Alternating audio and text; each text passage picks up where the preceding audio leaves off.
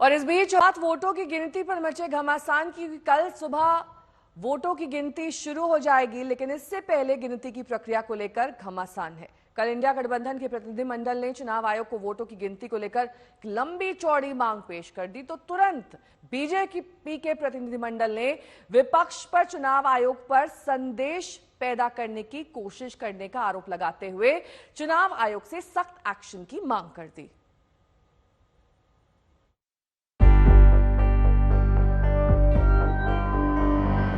चुनाव आयोग ने गाइडलाइंस द्वारा इस स्टैट्यूटरी रूल नियम को बदला है। वो नहीं किया जा सकता कानून में।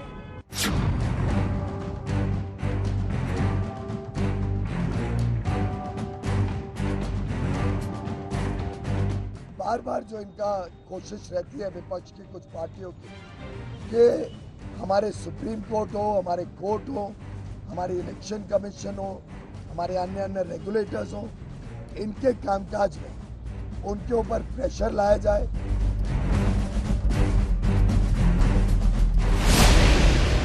चुनावी नतीजों से पहले एक बार फिर छिड़ गए हैं पक्ष और विपक्ष में तकरार। विपक्ष के नेता तो ईवीएम पर पहले से ही संदेह जता रहे। एग्जिट पोल के नतीजों से 4 जून यानी कल मतगणना के दिन मोदी की सुनामी के संकेत मिलने के बाद गठबंधन इंडिया के नेता चुनाव आयोग के दरवाजे पर पहुंच गए। इंडिया गठबंधन ने चुनाव आयोग के सामने 5 मांगे रख दी हैं। मांग नंबर 1, पोस्टल बैलेट के रिजल्ट ईवीएम के रिजल्ट से पहले जारी किए जाएं। मांग नंबर 2, चुनाव आयोग मतगणना की प्रक्रिया के स्पष्ट दिशा निर्देश जारी करे और उसे लागू करना सुनिश्चित करे। मांग नंबर 3, ईवीएम का कंट्रोल यूनिट सीसीटीवी की निगरानी में रहे और कंट्रोल यूनिट का वेरिफिकेशन हो। मांग नंबर 4, ईवीएम के कंट्रोल यूनिट में मतदान प्रक्रिया की शुरुआत और समापन के समय और तारीख का मिलान किया जाए। मांग नंबर 5, ईवीएम सील करते समय जो पर्ची और टैग लगाया जाता है उसे वेरिफिकेशन के लिए सभी मतगणना एजेंट को दिखाया जाना चाहिए। अति आवश्यक है कि ए, आप कानून के अंतर्गत एक गाइडलाइन द्वारा नियम को नहीं बदल सकते। बी, पोस्टल बैलेट जो निर्णायक एक रोल प्ले करता है उसके लिए भी अनिवार्य है कि उसको पहले गिना जाए। और तीसरा कि एक लेवल प्लेइंग फील्ड के लिए, गणतंत्र के लिए, स्वतंत्र चुनाव के लिए, जो कि संविधान के मूल तत्वों का एक अभिन्न अंग माना गया है, ये आवश्यक है कि जो पुराना रूल था उसी को फॉलो किया जाए। चुनाव आयोग से गठबंधन इंडिया के नेताओं की मुलाकात के बाद बीजेपी का एक प्रतिनिधिमंडल चुनाव आयोग से मिला। वित्त मंत्री निर्मला सीतारमण और वाणिज्य मंत्री पीयूष गोयल इस दल में शामिल थे। बीजेपी ने चुनाव आयोग से 4 अहम मांगे की हैं।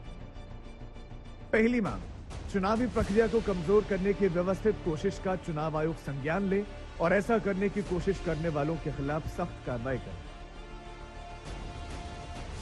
दूसरी मांग, मतगणना प्रक्रिया में लगे हर अधिकारी को निर्धारित प्रक्रिया के सूक्ष्मतम विवरण की पूरी जानकारी से परिचित होना चाहिए और सभी को चुनाव आयोग प्रोटोकॉल का पूरी लगन से पालन करना चाहिए। तीसरी मांग, वोटों की गिनती और नतीजों के ऐलान के दौरान चुनावी प्रक्रिया की सुरक्षा सुनिश्चित करना। चौथी मांग, वोटों की गिनती के दौरान सुरक्षा और निगरानी के उपाय बढ़ाए जाएं ताकि हिंसा या गड़बड़ी की किसी भी कोशिश को रोका जा सके। हमारे पहले के अनुभव में कुछ राज्यों में कोशिश की गई है कि काउंटिंग प्रोसेस में दखल अंदाजी देने की। कुछ राज्य सरकारों द्वारा भी ऐसी खबरें आई हैं पहले के चुनाव में, जहां कुछ राज्य सरकारों ने दखल अंदाजी देकर काउंटिंग प्रोसेस को विशिएट किया, खराब किया। ऐसे में इलेक्शन कमीशन कड़ी निगरानी रखे और सुरक्षा बल भी अपना काम तैनात रहे। वोटों की गिनती शुरू होने में 24 घंटे से भी कम का समय रह गया है। कल दोपहर तक तस्वीर साफ हो जाएगी, लेकिन इससे पहले जो घमासान मचा है उससे साफ है कि इसकी अगली कड़ी कल भी दिख सकती है। आज तक ब्यूरो। मेरे 2 सहयोगी जुड़ गए हैं इस वक्त तमाम जानकारी के साथ। संजय शर्मा मेरे सहयोगी जुड़ गए हैं, मौसमी सिंह हमारे साथ है। सबसे पहले संजय, आपका रुख करते हुए, जब भी एग्जिट पोल के नतीजे आते हैं, जिस भी पार्टी के पक्ष में वो नतीजे नहीं होते हैं, जाहिर तौर पर वो अपनी मांगे सामने रखता है, लेकिन ऐसे में इलेक्शन कमीशन जब आज प्रेस कॉन्फ्रेंस करेगी, किस तरीके से बैलेंस बनाया जाएगा ताकि दोनों पक्ष यानी कि एनडीए और साथ ही इंडिया गठबंधन दोनों को ये लगे कि निष्पक्ष तरीके से काउंटिंग की जा रही है और बैलेंस भी बना हुआ है दोनों की मांगों को लेकर? हाँ, मुझे ऐसा लगता है कि निर्वाचन आयोग काउंटिंग से यानी मतगणना से ठीक पहले प्रेस कॉन्फ्रेंस करने का मकसद भी यही है। एक तो नियमों के बारे में पूरे देश को बताना, नियमों के बारे में बताना और ये बताना कि पहले भी ऐसा होता रहा है कि मतगणना पहले डाक मतलब पोस्टल बैलेट से शुरू होती है, डाक मतपत्रों से शुरू होती है और आधे घंटे बाद यानी 8:30 बजे से फिर ईवीएम की मतगणना शुरू होती है। जब तक ईवीएम की मतगणना में आंकड़े आने शुरू होते हैं तब तक इसमें से बहुत सारा काम निपट चुका होता है। तो ये प्रक्रिया है, लेकिन इंडिया गठबंधन का ये कहना है कि पहले बैलेट पेपर की पूरी गणना हो जाए, उसके बाद ईवीएम का शुरू किया जाए। तो इस चीजों पर भी करना है और मुझे लग रहा है कि ये एक नई परंपरा जैसा है, क्योंकि पहले ऐसा होता था कि चुनाव के आखिरी चरण के दिन निर्वाचन आयोग प्रेस कॉन्फ्रेंस करता था और ये बताता था 2014 तक परंपरा थी और वो ये बताता था कि कितना चुनौतीपूर्ण भरा रहा ये पूरा चुनावी सफर, और साथ ही धन्यवाद ज्ञापन भी होता था जनता का, बाकी वोटर्स का और सारे इलेक्टोरल टीम का। लेकिन इस बार ऐसा देखने में आया है कि जैसे ही दोनों पक्ष पहुंचे हैं, पक्ष और विपक्ष, वैसे ही निर्वाचन आयोग ने तय कर लिया कि रायता ज्यादा फैले, इससे पहले कि जनता को विश्वास में लेना, देश को बताना प्रक्रिया क्या है और आगे क्या करने वाले हैं और किन किन चीजों को फॉलो किया जाएगा। और इन सबसे बड़ी बात की विपक्ष के जो आरोप हैं या उनकी मांगे हैं और सत्ता पक्ष की यानी बीजेपी एनडीए की, उस पर भी निर्वाचन आयोग अपनी सारी चीजें साफ सफाई कर देगा या ये बता देगा कि आखिर प्रक्रिया क्या है और इनकी मांगों के मद्देनजर क्या कदम मौसमी भी हमारे साथ जुड़ी हुई है। मौसमी, देखिए, ये हाय हाय तौबा तौबा ईवीएम को लेकर कोई नई बात नहीं है, हर चुनाव में ये होता है, चाहे विधानसभा के चुनाव हो चाहे लोकसभा के चुनाव हो। लेकिन ऐसे में बीजेपी का भी चुनाव आयोग तक पहुंचना, कांग्रेस और इंडिया गठबंधन के भी तमाम दलों के नेताओं का वहां पर पहुंचना एक तरह से प्रेशर टैक्टिक्स तो नहीं है, क्योंकि सारे नियम और रूल साफ हैं जैसा कि संजय बता रहे हैं और हर बार इसी तरह से प्रेस कॉन्फ्रेंस भी की जाती है। फिर आप चुनाव आयोग पर ही संदेह जता रहे हैं, डाउट कर रहे हैं उनकी नीयत पर, क्या मतलब है इसका?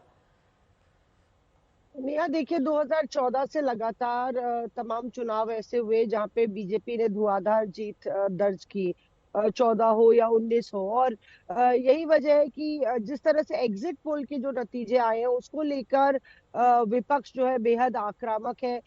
लगातार ये आरोप रणनीतिक तौर पर लगाए जा रहे हैं कि एक तरीके से मनोबल जो है गिराने के लिए हमारे संगठन और कार्यकर्ताओं का विपक्ष के बीजेपी ने ये पूरी साठगांठ और ये पूरी कहानी रची एग्जिट पोल्स की। और यही वजह है कि देखिए कि पहले तो कांग्रेस ने ये फैसला किया था कि एग्जिट पोल्स में हिस्सा नहीं लेगी, फिर अपना मन उन्होंने बदला क्योंकि इंडिया गठबंधन के तमाम दलों ने कहा कि नहीं, हिस्सा लेना चाहिए, अपनी बात कहनी चाहिए। तो कुल मिला के आप देखिए कि कल भी एक तरफ जहां बीजेपी की तरफ से पॉलिटिकल पोस्चरिंग हो रही है, बीजेपी भी बकायदा चुनाव आयोग के पास गई कि आप जो है जिस तरह से ये ईसी के ऊपर सवालिया निशान खड़ा कर रहे हैं, क्रेडिबिलिटी पर सवाल उठा रहे हैं, ये भी एक साजिश है। उसी तरह से विपक्ष के नेता खड़गे साहब तमाम उम्मीदवारों से उन्होंने जूम पर कॉल की, बैठक की।